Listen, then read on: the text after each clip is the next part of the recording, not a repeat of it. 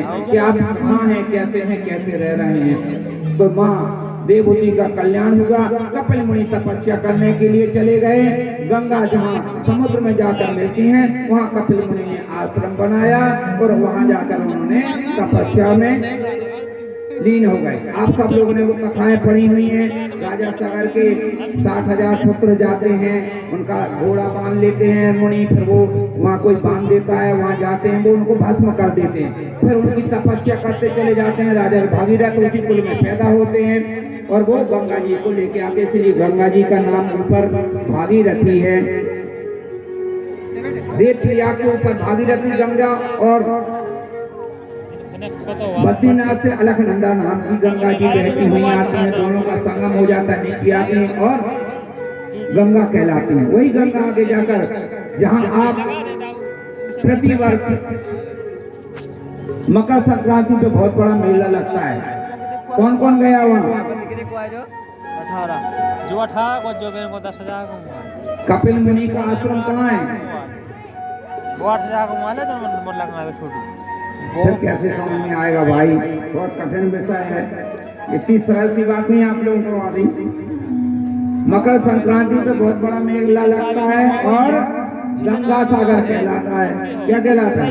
हम गंगा भी कह रहे हैं, सागर भी कह रहे हैं। गंगा सागर में प्रतिवर्ष मकर संक्रांति पे मेला लगता है कपिल मुनि के आश्रम पर। जो 12:30 वो मुनि आज भी वहाँ जो लोग जाते हैं उनके दर्शन करते हैं। कभी आपको सौभाग्य मिले तो जाइए गंगा सागर भी दर्शन करने। यहीं बैठे बैठे हम पूरा भारत भ्रमण करवाते हैं, आपको तीर्थ करवाते हैं, आनंद लीजिए। मुनि तपस्यारत रहते हैं, वहां से तपस्या करते करते उनको अपनी माँ को मुक्त कर देते हैं और भगवान स्वयं यहाँ से समय पाकर यहाँ से प्रस्थान कर जाते हैं और अष्टांग योग की शिक्षा देते हैं। यम, नियम, आसन, प्राणायाम, प्रत्याहार, धारणा, ध्यान और समाधि। हमें यम, नियम, आसन, प्राणायाम 1 से 8 तक डाला चला दम चला ताड़ी खेल को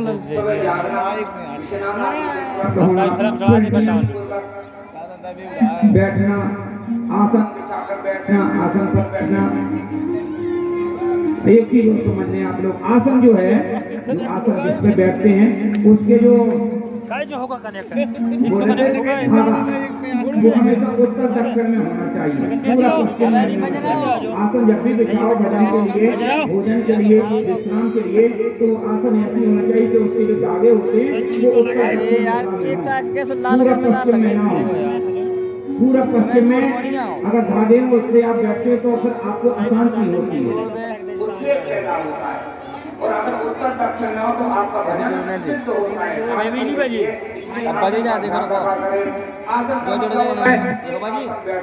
रोज अभ्यास करना चाहिए हमें, कुछ देर के लिए सभी को ऐसा बैठना चाहिए। बच्चों को अभ्यास करवाया करो घर पे सब लोग, तो उससे बच्चों की बुद्धि बढ़ती है। ऐसी आसन लगाना चाहिए। उसके बाद में फिर आप ध्यान कीजिए, भगवान का ध्यान कीजिए, जो आपके गुरु ने बताया वो इष्ट का ध्यान कीजिए और धीरे धीरे आपको हृदय में भगवान की धारणा बनने लगेगी। फिर आप समाधि में चले जाएंगे। जाना कहीं नहीं है, घर में ही रहते हुए आप भगवान को प्राप्त कर लेंगे।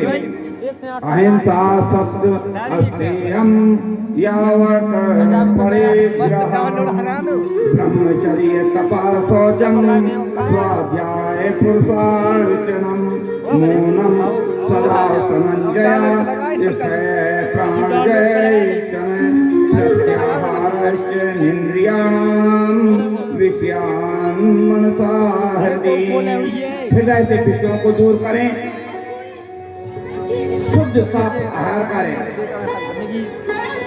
लहसुन और प्याज से कौन कौन लोगों के यहाँ भोजन बनाता है आज? कोई क्या नहीं बना ना?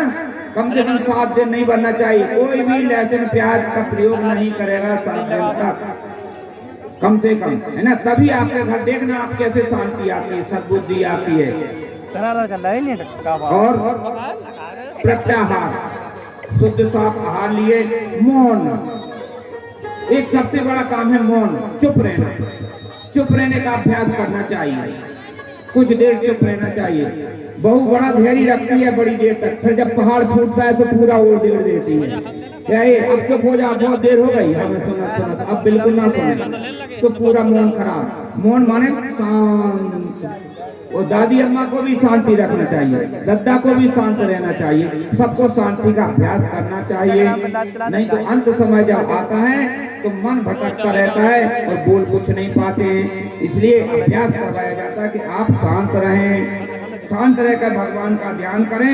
इस प्रकार माता का कल्याण करने के बाद में स्वयं मुनि ध्यानस्थ हो गए।